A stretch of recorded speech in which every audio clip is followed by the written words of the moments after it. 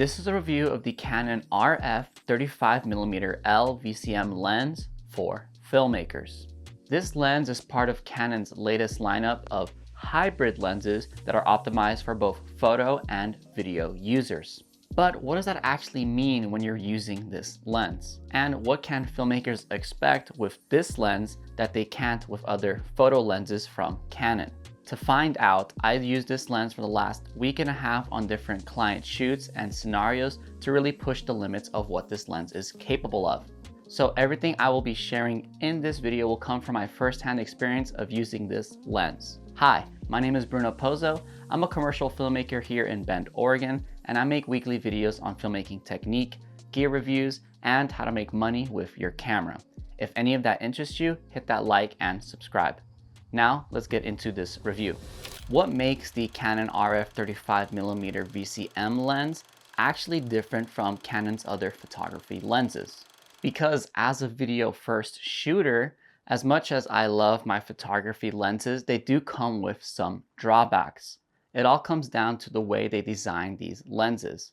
For example, you can tell they're photography lenses because when you try to do focusing, you have a lot of focus breathing, which is something you typically don't want in your videos. And sometimes these photography lenses have rather loud autofocus motors that your camera audio can pick up when you're shooting video. So Canon actually tackled both of these issues with the way they designed this lens. This lens uses two motors simultaneously for its autofocusing, and so it actually has very minimal to non-existent focus briefing, as well as being ultra quiet while still being rarely responsive. And one thing that I was pleasantly surprised to find on this lens is that it has a rear filter holder. And so normally when you want to put a filter on your lens, you're going to put it on the front of the lens, either by threading it on to the front or using some sort of matte box where you can actually put filters in that. But in either case, you're having to attach something in the front of the lens. The benefit of having a rear filter lens is that you can have one filter that works on all of your different lenses. I didn't really get to use this feature because I don't have a rear filter that I can actually use, but it's still nice to know that you have that option. Canon has also added this clickless aperture ring on the body of the lens. This allows us to adjust the aperture of the lens manually and a little more smoothly by using this ring. These are all subtle changes that Canon has made to the lens to help improve our video performance. The result is amazing, clean, and very professional video performance. But that's not all. This is Canon's very first 35mm L series prime lens. And so what makes the L series so special? For those unaware, the L series lenses are considered the highest quality lenses that Canon designs. So technically we've had a 35mm prime. It was the F1.8, but it was a non-L series lens and it used a STM motor, which was kind of loud. It also had some issues on its image quality like chromatic aberration, vignetting, and its focus breathing. So what do you get with the actual L series version of this prime lens? Well, number one, the updated design and quiet motors. No more focus breathing as we previously covered. You also get a weather resistant sealing on this lens, so you can actually take this out to some light rain or dusty areas without worrying about it getting inside of your camera. With the L series lineup, you also get a special coating on the lens that does two things. It's supposed to reduce ghosting and flaring. You can see in my test here where I point a light directly at the lens, there is very minimal lens flaring. And the little bit of flaring that does show up isn't completely washing out the image and ruining its contrast. Not only are the lens elements coated in that special material, they're also much more higher quality. So you get a much sharper image with less chromatic aberration and more detail. I've even personally noticed that when you go to an L series lens, skin tones tend to look a lot more flattering than they do when you go the non-L series lens route. This is why it was so exciting to finally have an L series 35mm prime, because the 35mm focal length is such a versatile focal length. But more on that later. And of course, the biggest highlight of this lens is its f1.4 aperture. At f1.4, you're getting two big benefits. Number one, you get amazing bokeh and separation of your subject from the background. That soft, shallow depth of field gives a very cinematic look to your images.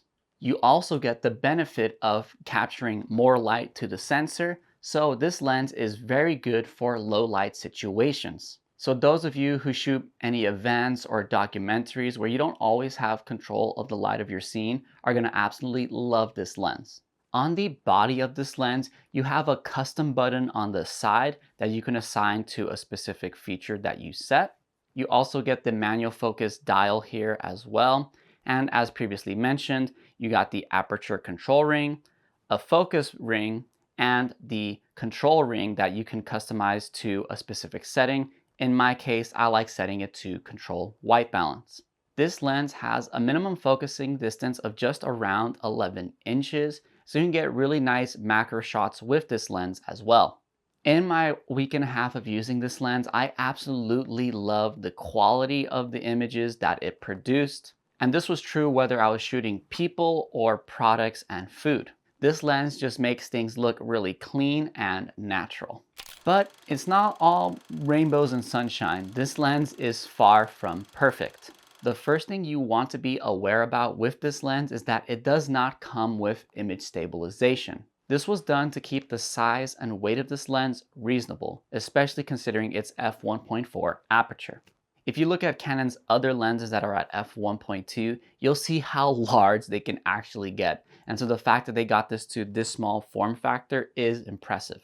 So if you want to shoot smooth handheld footage with this lens, you'll definitely want to pair it with a camera that has in-body image stabilization, aka IBIS. And of course, this isn't really an issue if you're going to be shooting on a tripod, a gimbal, or some other form of stabilization for your camera. But I will say, using this lens with my Canon R5 Mark II, which does have IBIS, I was able to get really smooth handheld footage that looked amazing.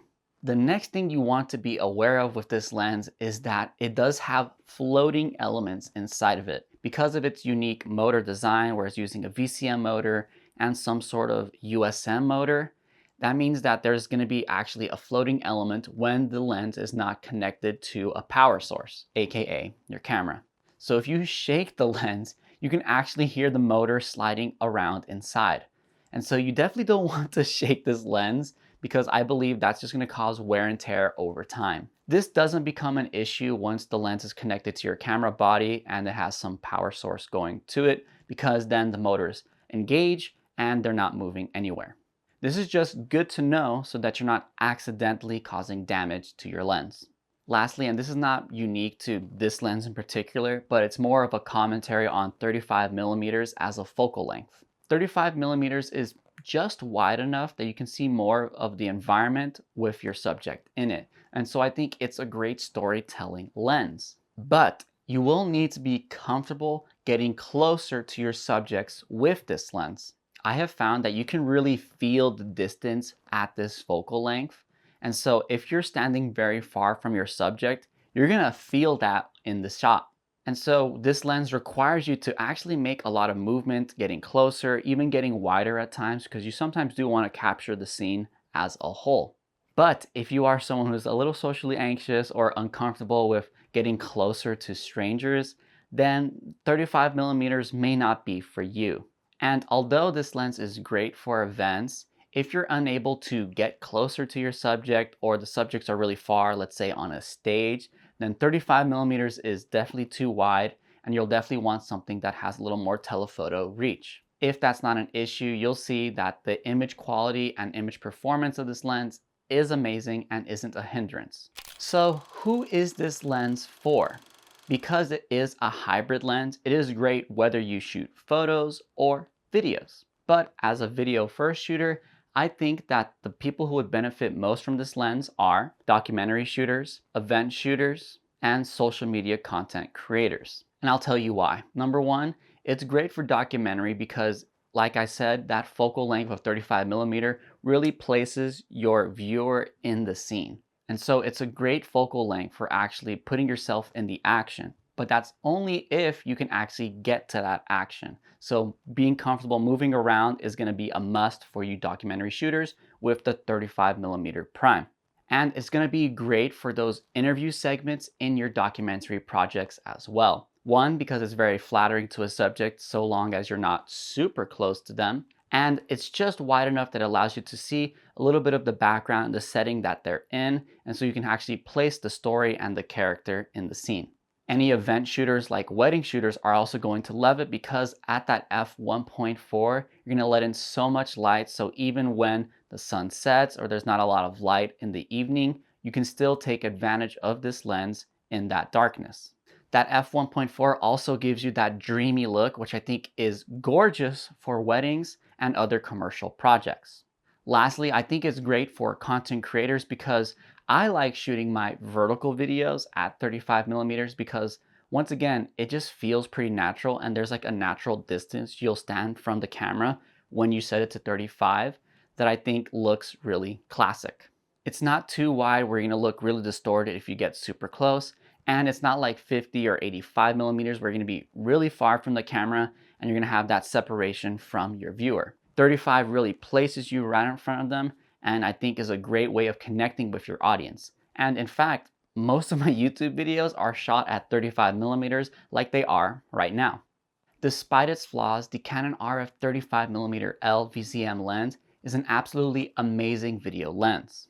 Those updated features make a huge difference to our quality of life as filmmakers, and I think anyone who's looking for a 35mm prime will not be disappointed by this one. But this lens can be difficult to use if you don't have space to freely move around. So if you want to know the ultimate all-around lens that works no matter what situation you're in, definitely check out my lens review of the Canon RF 24-105 here. Thank you so much for watching all the way until the end. What are your thoughts on the Canon RF 35mm L VCM? Let me know in the comment section below. I'll see you in the next video. Peace.